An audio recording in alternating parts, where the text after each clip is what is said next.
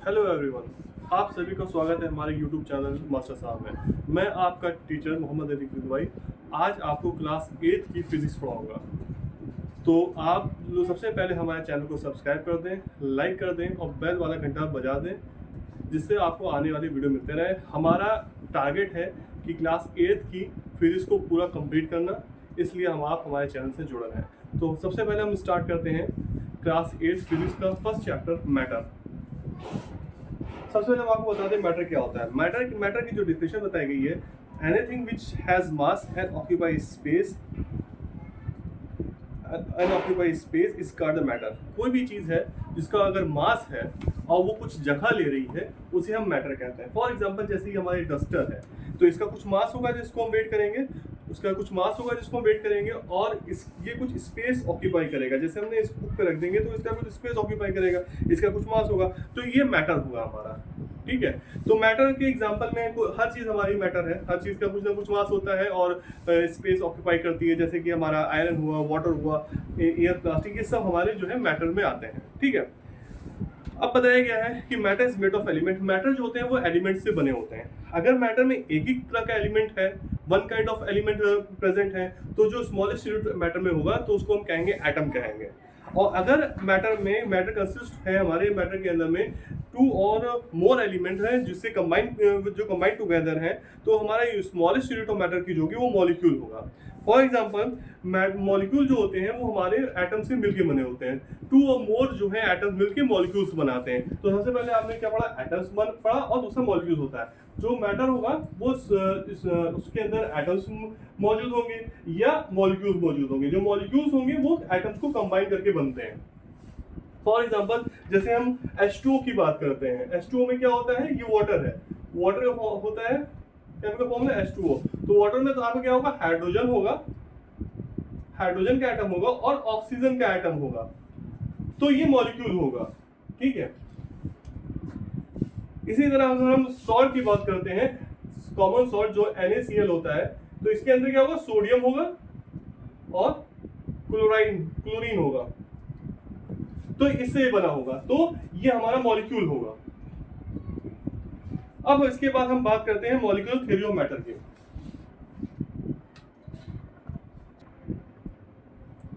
अब हम बात करते हैं मॉलिक्यूलर और या कहते हैं मॉलिक्यूलर थ्योरी ऑफ मैटर या काइनेटिक थ्योरी ऑफ मैटर की बात करते हैं। तो काइनेटिक थ्योरी ऑफ मैटर में हमें बताया गया है कि every matter is made of tiny particles called molecules.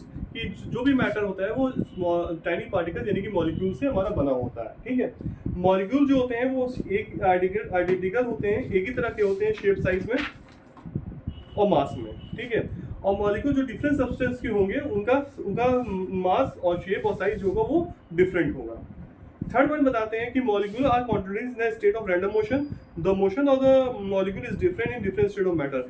जो भी हमारे मॉलिक्यूल्स जैसे यहाँ पे हैं तो ये वाइब्रेट किया करते हैं, ऐसे अपनी मीन पोजीशन पे ये वाइब्रेट किया करते हैं, और इनका जो भी आपका जो मोशन है मॉलिक्यूल्स का हर अलग अलग मैटर में अलग रहेगा। यानी कि सॉलिड में आपके जो ये अपनी मीन पोजीशन पे वाइब्रेट करेंगे, लिक्विड में उससे थोड़ा ज्यादा करेंगे, और गैस में सबसे ज्यादा होगा, वो अपनी मीन पोजीशन को छोड़ के वो मूव करने लग जाते हैं। फिर अब बताया गया the motion of the molecule increase with the increase in temperature and decrease with the decrease in temperature. जैसे कि टेंपरेचर बढ़ता है तो इनका जो मोशन है मॉलिक्यूल्स का वो तेज हो जाता है, और टेंपरेचर घटता है तो मोशन कम हो जाता है। Due to the molecular motion the molecules, अब इस मोशन की वजह से ये जो आपके मॉलिक्यूल्स हैं इनके अंदर कुछ काइनेटिक एनर्जी भी आ जाती है, और ये काइनेटिक एनर्जी भी इंक्रीज करती है जैसे टेंपरेचर बढ़ता है। उसके बाद बताया गया है कि जो मॉलिक्यूल्स होते हैं इनके बीच में कुछ ना कुछ स्पेस होता है। ये जैसे ये एक मॉलिक्यूल आपका, ये एक मॉलिक्यूल, ये इन दोनों के बीच में कुछ स्पेस होगा, उसे इंटर मॉलिक्यूलर स्पेस कहते हैं। इसे इंटर मॉलिक्यूलर स्पेस कहते हैं, और ये अलग अलग सब्सटेंसेस में अलग अलग रहता है। इंटरमॉलिक्यूलर स्पेस जो होता है वो मिनिमम होता है हमारे सॉलिड में और मैक्सिमम होता है हमारे गैस में। अब बताया गया कि जो मॉलिक्यूल्स होते हैं वो एक दूसरे से अट्रैक्ट करते हैं एक दूसरे को, और इन दोनों के बीच में स्ट्रॉन्ग अट्रैक्टिव फोर्स लगती है जिसे इंटरमॉलिक्यूलर फोर्स कहते हैं। और जो सेम तरह की पार्टिकल, सेम तरह की मॉलिक्यूल्स के जो बीच में लगेंगी, जो इंटरमॉलिक्यूलर फोर्स, उसको हम कोहेसिव फोर्स कहेंगे। और जो डिफरेंट पार्टिकल्स के बीच में इंटरमॉलिक्यूलर फोर्स लगेगी, उसे हम एडेसिव फोर्स कहेंगे। जैसे एडेसिव फोर्स का एग्जांपल आता है, जैसे पेंट है वो वॉल पे लगाया गया है, तो पेंट और वॉल के बीच में जो उनके मॉलिक्यूल्स के बीच में जो फोर्स लग रही है, पेंट के मॉलिक्यूल्स के बीच में और वॉल के मॉलिक्यूल्स के बीच में, तो वो एडेसिव फोर्स होगी हमारी। और सेम मॉलिक्यूल्स के बीच में जो फोर्स लग रही है वो हमारी कोहेसिव फोर्स होगी।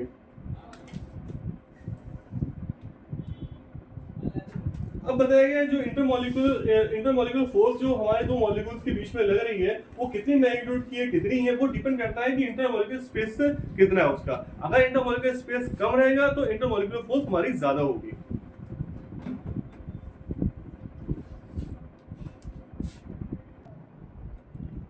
अब हम यहाँ पे कंपैरिजन करते हैं सॉलिड और लिक्विड और गैस में, ठीक है। तो सबसे पहले बताया गया है कि हमारा ये मॉलिक्यूलर अरेंजमेंट सॉलिड का दिखाया गया है, ये मॉलिक्यूलर अरेंजमेंट लिक्विड में दिखाया गया है, ये मॉलिक्यूलर अरेंजमेंट गैस में दिखाया गया है। तो जैसे आप देख रहे हैं, आपको मालूम पड़ रहा है कि जो मॉलिक्यूल्स हैं हमारे सॉलिड में वो क्लोजली पैक्ड है। तो इसमें बताया गया है कि मॉलिक्यूल हमारे जो है सॉलिड में क्लोजली पैक्ड होते हैं और इनके बीच में strong intermolecular force of attraction होती है, ठीक है। लिक्विड जो होते हैं ये हमारे लेस क्लोजली पैक होते हैं, इसमें जो होती है weaker intermolecular force of attraction होती है, जो पार्टिकल्स के बीच में लग रही, दो मॉलिक्यूल के बीच में लग रही है, एज कम्पेयर टू सॉलिड।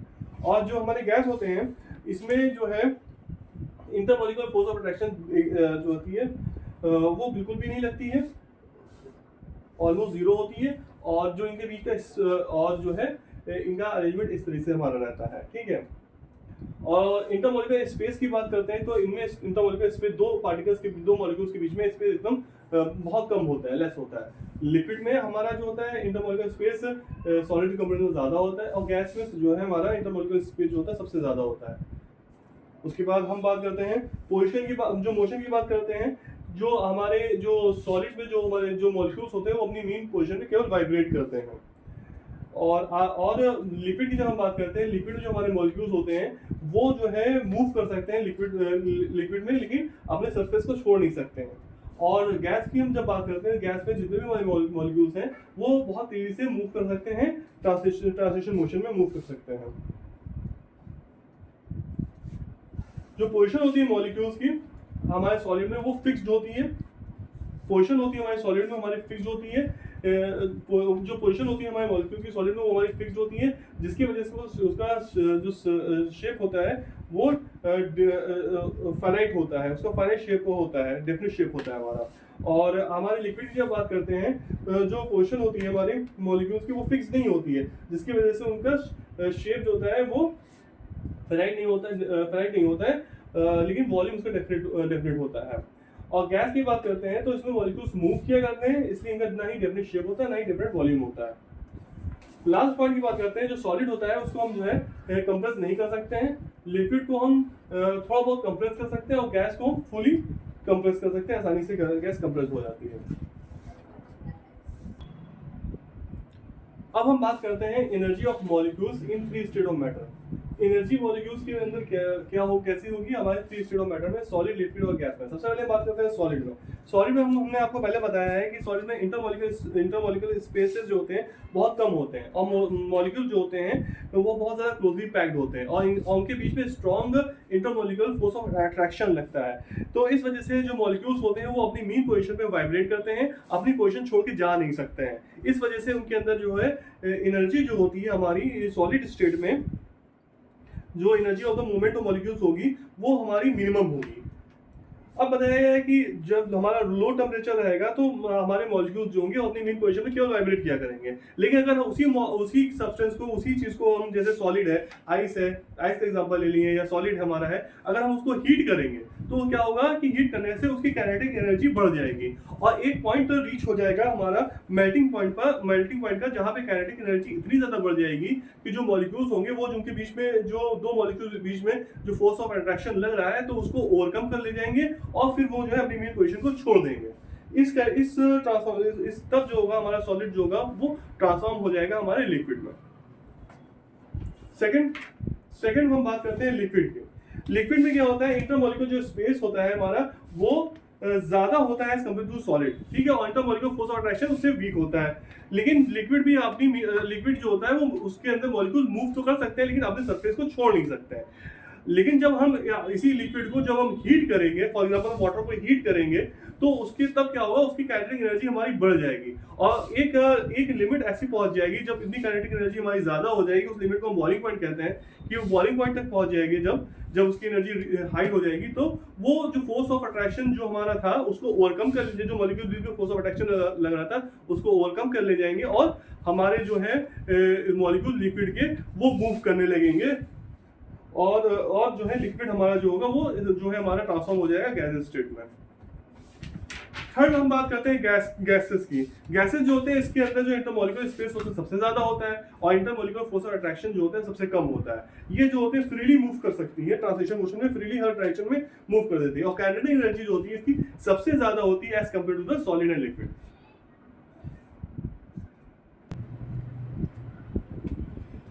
अब हम बात करते हैं चेंज ऑफ स्टेट के बारे में। चेंज ऑफ स्टेट जो होता है वो आपका एक प्रोसेस है जिसमें आपका एक फिजिकल स्टेट दूसरे फिजिकल स्टेट में कन्वर्ट हो जाता है जब हम टेम्परेचर चेंज करते हैं। फॉर एग्जांपल जैसे सॉलिड है, सॉलिड को जब आप हीट करेंगे तो वो हीट अब्सॉर्ब कर देगी और वो लिक्विड में कन्वर्ट हो जाएगी और फिर हम लिक्विड को जब कूल करेंगे तो उसमें से हीट रिलीज हो जाएगी और फिर से वो सॉलिड में कन्वर्ट हो जाएगी। तो इसी को एक्सप्लेन किया गया है। जो हमारा पहला पॉइंट मेल्टिंग है, तो मेल्टिंग क्या प्रोसेस है, एक प्रोसेस है जिसमें हमारा सॉलिड जो है वो लिक्विड में कन्वर्ट हो रहा है जब उसको हम हीट कर रहे हैं, ठीक है, फिक्स टेम्परेचर पे, तो उसे हम मेल्टिंग कहते हैं। और जो हमारा फिक्स टेम्परेचर है जिसपे हमारा सॉलिड मेल्ट होकर लिक्विड में कन्वर्ट हो रहा है उसे हम मेल्टिंग पॉइंट कहते हैं। अब दूसरा देखिए आप कि जब लिक्विड है हम उसको फिर से कूल कर रहे हैं तो फिर से वो सॉलिड में कन्वर्ट हुआ जा रहा है, उसमें से हीट निकली जा रही है, इसी चीज को हम फ्रीजिंग कहते हैं। फ्रीजिंग क्या प्रोसेस है, फ्रीजिंग एक प्रोसेस है जिसमें लिक्विड हमारा सॉलिड में स्टेट में हमारा कन्वर्ट हो जा रहा है जब हम उसको कूल कर रहे हैं फिक्स टेम्परेचर पे, तो वो हमें उसे फ्रीजिंग कहेंगे। और जो फिक्स टेम्परेचर पे हमारा जो है लिक्विड जो है सॉलिड में कन्वर्ट हो जाता है तो उसे हम फ्रीजिंग पॉइंट कहते हैं। फ्रीजिंग पॉइंट जो होता है हमारा वाटर का 0 डिग्री होता है और इसी तरह से ये पूरा हमारा समझाया गया। अब हम बात करते हैं फ्रीजिंग और हम बात करते हैं वेपराइजेशन और कंडेंसेशन की। तो वेपराइजेशन में क्या होता है कि लिक्विड जो होता है हम उसको हीट करें तो गैस में बदल जाएगा, तो वो लिक्विड जो होगा वो हीट को एब्जॉर्ब करेगा उसमें बॉयल और हमारा गैस में कन्वर्ट हो जाएगा। फिर उसी गैस को हम जो है फिर से कूल करेंगे, वो हीट उसमें से निकल जाएगी, वो लिक्विड में हो जाएगा। फॉर एग्जांपल जैसे वाटर है, वाटर को आप हीट करेंगे तो हीट एब्जॉर्ब कर देगी तो स्टीम में कन्वर्ट हो जाएगी, फिर उसी स्टीम को आप कूल करेंगे उसमें से हीट निकल जाएगी, फिर से वो वाटर में कन्वर्ट हो जाएगी। तो अब ये जो हमारा प्रोसेस है वेपराइजेशन का, तो इसमें ये समझाया गया है जो प्रोसेस होता है जिसमें आपका जो लिक्विड स्टेट से वो गैसेस स्टेट में कन्वर्ट हो जाता है हीट अब्सॉर्ब करके, उसे हम जो है वेपराइजेशन या बॉइलिंग कहते हैं। और जो फिक्स टेम्परेचर जिसपे हमारा जो है हम फिक्स टेम्परेचर जिसपे जो है लिक्विड बॉयल करता है उसे हम उसका बॉइलिंग पॉइंट कहते हैं। इसी तरह बताया गया है कि जैसे गैस है उसको जब हम कूल करेंगे तो फिर से वो लिक्विड स्टेट में कन्वर्ट हो जाएगी। तो कंडेंसेशन बताया गया जो प्रोसेस है जिसमें हमारा जो है वेपर को जो है वो कन्वर्ट हो जाता है लिक्विड स्टेट में जब उसको हम कूल करते हैं फिक्स टेम्परेचर पे, उसे हम कंडेंसेशन कहते हैं। और जो फिक्स टेम्परेचर जिसके ऊपर में हमारा जो है कंडेंसेशन होता है, कंडेंसेशन टेक प्लेस करता है जिसमें गैस हमारा लिक्विड में कन्वर्ट होती है, तो उसे हम कंडेंसेशन पॉइंट कहते हैं। अब हम बात करते हैं सब्लिमेशन की और डिपोजिशन की। हमारे कुछ सॉलिड्स ऐसे होते हैं जिनको अगर हम हीट करते हैं तो डायरेक्ट वो जो है वो हमारे गैसेस स्टेट में कन्वर्ट हो जाते हैं, वो लिक्विड स्टेट में नहीं जाते हैं। जैसे कि नेफ्थलीन बॉल्स होती है, कैम्फर होता है, उनको अगर आप हीट करेंगे वो सॉलिड स्टेट से डायरेक्ट गैसेस स्टेट में कन्वर्ट हो जाएंगे और फिर से आप उनको जो कूल करेंगे तो फिर से गैसेस स्टेट से हमारे सॉलिड स्टेट में कन्वर्ट हो जाते हैं। तो आप वही चीज बताएगी जो सब्लिमेशन क्या है, एक प्रोसेस है जिसमें ट्रांसफॉर्मेशन हो रहा है सॉलिड का गैसेस स्टेट में बिना लिक्विड स्टेट में जाए हुए जब हीट को एब्जॉर्ब कर रहा है, ये हमारा सब्लिमेशन होता है, ठीक है। और जो सॉलिड अंडों को सब्लिमेशन जो सॉलिड जो होते हैं जिनके अंदर सब्लिमेशन होता है उसे हम सब्लिमेट कहते हैं और जो हमारा जो गैसेस स्टेट में जो बनता है उसे हम सब्लाइम कहते हैं, ठीक है। अब बताया गया है डिपोजिशन के बारे में। तो डिपोजिशन में क्या बताया गया है कि डिपोजिशन आपका रिवर्स है सब्लिमेशन का। इसमें जब गैसेस स्टेट होगी हमारी, तो उसको जब हम कूल करेंगे तो फिर से वो डायरेक्टली सॉलिड स्टेट में कन्वर्ट हो जाएगी। इसी को हम डिपोजिशन कहते हैं। अब हम इसके जरिए से, इस डायग्राम के जरिए से समझने की कोशिश करते हैं कि स्टेट ऑफ मैटर में कैसे होता है। जब हमारा जो सॉलिड होता है, जब हम उसको हीट करते हैं तो उसकी मेल्टिंग होती है, तो वो हीट एब्जॉर्ब कर लेता है, वो लिक्विड स्टेट में कन्वर्ट हो जाता है। फिर वही लिक्विड जो होता है, अगर हम उसको कूल करते हैं तो उसमें हीट रिलीज हो जाती है, तो उसको हम फ्रीजिंग कहते हैं, और फिर से वो सॉलिड में कन्वर्ट हो जाता है। अब वैसे ही बताया गया, फिर से लिक्विड जो है जब हम उसको हीट करेंगे तो हीट वो एब्जॉर्ब कर लेगा और उस प्रोसेस को वेपोराइजेशन कहेंगे और वो गैस में कन्वर्ट हो जाएगा। फिर उसी गैस को हम जो है कूल करेंगे तो उसमें से हीट रिलीज हो जाएगी और उस प्रोसेस कंडेंसेशन कहेंगे, फिर से वो लिक्विड में कन्वर्ट हो जाएगा। इसी तरह बताया गया कि जब सॉलिड होगा, जब हम उसको हीट करेंगे, कुछ सॉलिड्स होते हैं वो डायरेक्ट जो होते हैं हमारे गैसेस स्टेट में कन्वर्ट हो जाते हैं, लिक्विड स्टेट में जाए बिना। तो अब वो सॉलिड जो है, अगर हम उनको हीट करेंगे डायरेक्टली, उसको हीट करेंगे तो डायरेक्टली वो जो गैसेस स्टेट में कन्वर्ट हो जाएंगे। ठीक है, उस प्रोसेस को हम सब्लिमेशन कहते हैं। और उन्हीं को फिर वो उस गैस को हम जब हम उसको कूल करेंगे तो फिर से वो सॉलिड में कन्वर्ट हो जाएंगे, तो उस प्रोसेस को हम डिपोजिशन कहते हैं। अब हम बात करते हैं explanation of change of state using kinetic theory. इसमें बताया गया पहले मेल्टिंग प्रोसेस के बारे में। मेल्टिंग प्रोसेस क्या होता है, तो इसका आप ऐसे हम आपको एक्सप्लेन करते हैं कि जैसे हमारे ये सॉलिड का अरेंजमेंट है। जो सॉलिड होते हैं उसमें जो मॉलिक्यूल्स होते हैं वो क्लोजली पैक्ड होते हैं। उनके बीच में जो इंटरमॉलिक्यूलर स्पेस होता है वो बहुत लेस होता है, और उनके बीच में जो इंटरमॉलिक्यूलर फोर्स ऑफ अट्रैक्शन होता है वो बहुत ज़्यादा होता है। इसलिए जो सॉलिड होते हैं वो रिजिड होते हैं और अपनी मीन पोजीशन पे ही वो वाइब्रेट करते हैं, और उनके अंदर काइनेटिक एनर्जी जो होती है वो बहुत ज़्यादा लेस होती है। तो अब इस कंडीशन में जो होता है, सॉलिड मूव नहीं कर पाते, केवल अपनी मीन पोजीशन पे वाइब्रेट करते हैं, जिस वजह से सॉलिड जो होते हैं वो रिजिड होते हैं। जब हम सॉलिड को हीट करते हैं तो उनकी काइनेटिक एनर्जी इंक्रीज हो जाती है और फिर वो बहुत ही ज्यादा वायलेंटली और वैगरसली वाइब्रेट करने लगते हैं। और एक पॉइंट ऐसा आता है जिसे हम मेल्टिंग पॉइंट कहते हैं कि सॉलिड की काइनेटिक एनर्जी इतनी ज्यादा हो जाती है कि उन दोनों के बीच में जो इंटरमॉलिक्यूलर फोर्स ऑफ अट्रैक्शन होता है वो उसको ओवरकम कर जाते हैं, उसको तोड़ देते हैं, और फिर मॉलिक्यूल फ्रीली जो है मूव करने लगते हैं। इस तरह से जो सॉलिड स्टेट से वो लिक्विड स्टेट में कन्वर्ट हो जाते हैं। अब हम बात करते हैं बॉइलिंग प्रोसेस की। ये आपको दिखा रहा है एक मॉलिक्यूलर अरेंजमेंट जो लिक्विड में होता है। लिक्विड में जो मॉलिक्यूल्स होते हैं वो इस तरह से अरेंज होते हैं। उनके बीच में इंटरमॉलिक्यूलर स्पेस जो होता है वो ज़्यादा होता है एज कम्पेयर टू सॉलिड पे। इन दोनों के बीच में जो एक मॉलिक्यूल से दूसरे मॉलिक्यूल के बीच में जो स्पेस होगा वो ज़्यादा होगा, और इंटरमॉलिक्यूलर फोर्स ऑफ अट्रैक्शन जो होती है वो कम होती है एज कम्पेयर टू सॉलिड्स। तो अब इसमें बताया गया है कि जो लिक्विड होते हैं वो अपने सरफेस में विद इन द बाउंड्री में मूव कर सकते हैं। उनके मॉलिक्यूल लिक्विड के जो होंगे वो विद इन द बाउंड्री में मूव कर सकते हैं। अब हम जब इसको लिक्विड को हीट करते हैं तो लिक्विड की काइनेटिक एनर्जी जो है वो बढ़ जाती है, और एक लिमिट होती है जिसे हम बॉइलिंग पॉइंट कहते हैं। वहाँ पे काइनेटिक एनर्जी इतनी ज़्यादा हो जाती है कि वो इंटरमॉलिक्यूलर फोर्स ऑफ अट्रैक्शन को ओवरकम कर ले जाते हैं, और लिक्विड जो होता है अपने लिक्विड के जो मॉलिक्यूल्स होते हैं अपने सरफेस को लीव कर जाते हैं और फ्रीली जो है स्पेस में मूव करने लगते हैं। इसी को हम कहते हैं जो लिक्विड स्टेट से वो गैसेस स्टेट में कन्वर्ट हो जाता है। अब हम बात करते हैं सब्लिमेशन प्रोसेस की। सब्लिमेशन प्रोसेस में हमें ये बताया गया कि कुछ मतलब कि हमें ये बताया गया कुछ जो हमारे सॉलिड्स होते हैं, सम सॉलिड्स हमारे कुछ सॉलिड ऐसे होते हैं जिनके जो है जो इंटरमॉलिक्यूलर फोर्स ऑफ अट्रैक्शन होता है बहुत ज़्यादा वीक होता है। तो ऐसे जब सॉलिड को हम थोड़ा सा भी हीट करते हैं तो उनकी काइनेटिक एनर्जी जो होती है वो रैंडमली इंक्रीज हो जाती है, और काइनेटिक एनर्जी मॉलिक्यूल्स की इतनी ज़्यादा बढ़ जाती है कि वो इंटरमॉलिक्यूलर फोर्स ऑफ अट्रैक्शन को ओवरकम कर ले जाते हैं, और फिर वो जो है फ्रीली स्पेस में मूव करने लगते हैं। तो इस तरह से जो होता है वो सॉलिड से डायरेक्ट जो होता है वो वेपर में कन्वर्ट हो जाते हैं, और इसी प्रोसेस को हम सब्लिमेशन प्रोसेस कहते हैं।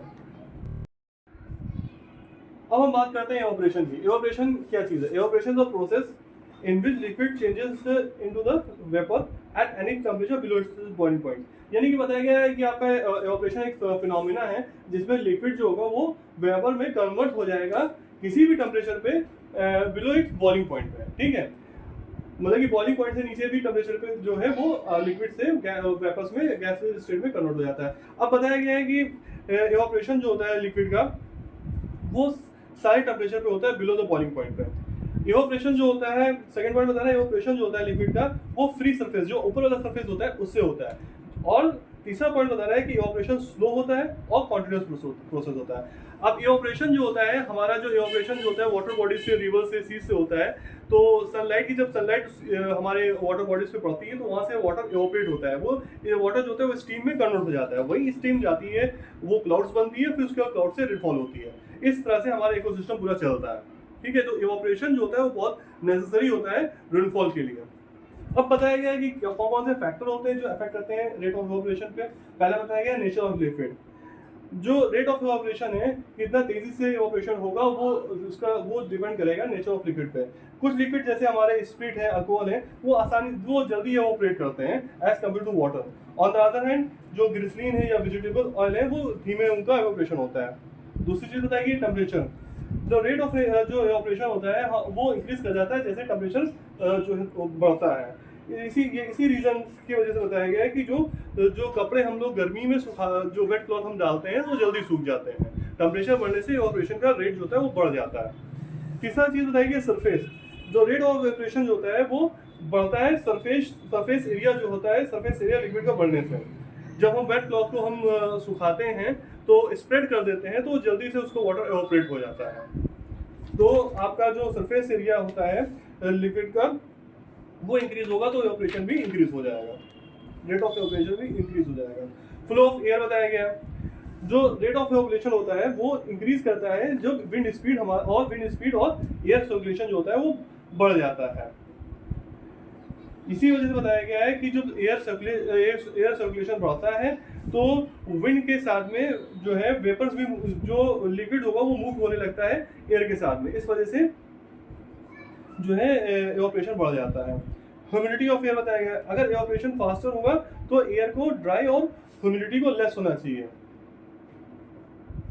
इसी वजह से जो हमारे जो क्लॉथ्स होते हैं, वेट क्लॉथ्स होते हैं, रेनी सीजन में देर से सूखते हैं क्योंकि ह्यूमिडिटी बढ़ गई होती है।